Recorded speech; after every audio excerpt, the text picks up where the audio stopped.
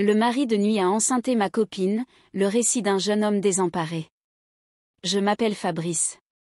J'ai 26 ans aujourd'hui et jusqu'à récemment, je pensais avoir la vie plutôt bien en main.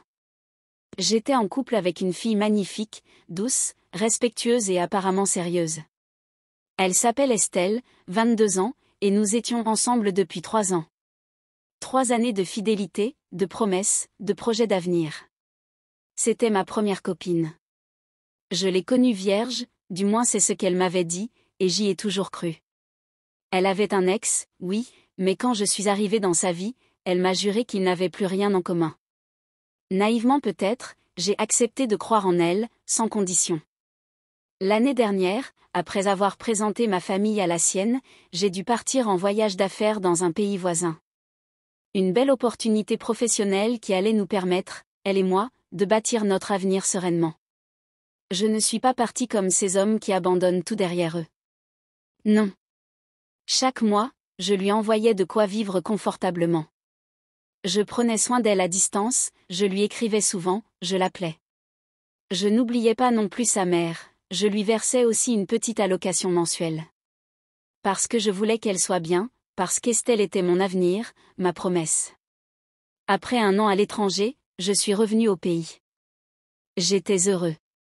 J'avais hâte de la revoir, de la serrer dans mes bras, de relancer les préparatifs du mariage que nous avions mis en pause. Mais dès que j'ai posé les yeux sur elle, quelque chose m'a frappée, elle était différente. Elle souriait moins, elle semblait tout le temps fatiguée, comme épuisée par un poids invisible. Elle dormait beaucoup, elle évitait parfois mes regards.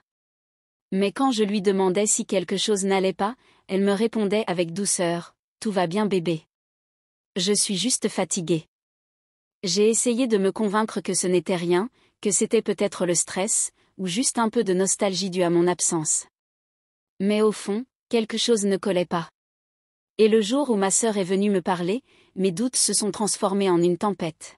« Fabrice, m'a-t-elle dit, ta copine, je crois qu'elle est enceinte. » J'ai d'abord ri nerveusement. Ce n'était pas possible. Je venais juste de rentrer. Même si c'était vrai, comment ? Pourquoi ? J'étais dans un tourbillon de pensées. J'ai alors décidé de la confronter. Pas avec colère, mais avec inquiétude. J'avais besoin de savoir. Estelle s'est effondrée en larmes. Elle pleurait comme jamais je ne l'avais vue pleurer. Et c'est là que tout a basculé. Elle m'a dit, « C'est pas ce que tu crois. Ce n'est pas un homme qui m'a fait ça. C'est le mari de nuit. Un esprit. » J'étais figée. Je croyais avoir mal entendu. Un mari de nuit ? Je la regardais, abasourdie. Elle pleurait à chaudes larmes, répétant qu'elle n'avait rien fait de mal. Elle m'a expliqué que depuis plusieurs mois, elle faisait des cauchemars étranges. Un homme venait lui rendre visite dans ses rêves, la touchait, couchait avec elle, et elle se réveillait parfois avec des douleurs dans le corps, comme si tout était réel. Sa mère, présente ce jour-là, a confirmé cette version. Elles avaient consulté un voyant, un homme spirituel, qui leur avait dit qu'un esprit maléfique s'était attaché à elle depuis sa naissance. Et cet esprit, dit mari de nuit, la réclamait comme épouse.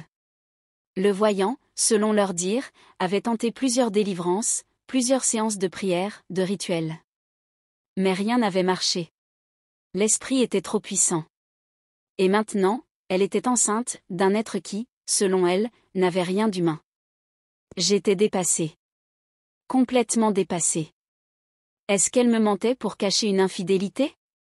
Est-ce que sa mère mentait avec elle ? Ou bien, est-ce que tout ça était réel ? Est-ce possible qu'un esprit puisse rendre une femme enceinte ? Que ce genre de choses puisse se produire dans notre monde physique ? J'étais un homme cartésien, je croyais ce que je pouvais toucher, voir, comprendre. Et pourtant, je ne pouvais pas ignorer les larmes d'Estelle, son état, le désespoir dans sa voix. Elle ne mentait pas. Ou alors elle croyait tellement à ce qu'elle disait qu'elle en était convaincue elle-même. Le lendemain, elles m'ont amenée chez le voyant. Un homme d'un certain âge, calme, avec des regards profonds. Il m'a dit que l'esprit avait déjà marqué l'enfant dans le ventre, mais que ce n'était pas une fatalité. Que l'enfant pouvait être délivré à sa naissance, qu'il deviendrait normal, comme tous les autres. Mais pour cela, il fallait continuer les sacrifices, les prières, et être patient. Il m'a regardé droit dans les yeux, cet enfant peut être le tien, si tu l'acceptes comme tel. En rentrant chez moi, j'étais brisée. D'un côté, j'avais cette femme que j'aimais, qui me suppliait de ne pas l'abandonner. Elle me jurait qu'elle ne m'avait jamais trahi avec un autre homme. Elle voulait qu'on continue notre projet de mariage. Elle voulait que je sois le père de cet enfant, que je l'élève comme le mien. Mais de l'autre côté, j'avais cette peur sourde, ce doute qui rongeait mes entrailles. Et si tout ça n'était qu'un mensonge bien monté? Et si cet enfant était réellement celui d'un autre homme, mais qu'elles avaient choisi cette histoire surnaturelle pour couvrir la honte? Ou pire, et si c'était vrai? Est-ce que je serais prêt à élever un enfant issu du monde invisible? Est-ce que je serais prêt à vivre avec une femme hantée par un esprit possessif? Depuis ce jour, je n'ai plus de sommeil. Je tourne en rond dans mes pensées, je prie, je demande conseil, je cherche des témoignages similaires. Je veux l'aider. Je veux la sauver, elle et cet enfant. Mais je veux aussi protéger ma vie.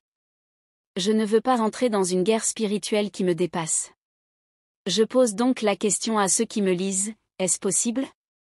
Est-ce qu'un mari de nuit peut réellement enceinter une femme? Est-ce que cet enfant sera anormal? Est-ce que je dois rester, ou fuir pendant qu'il est encore temps? Mon cœur est brisé, mais je n'ai pas encore tourné la page. Je suis Fabrice. Et aujourd'hui, je ne suis plus sûre de rien.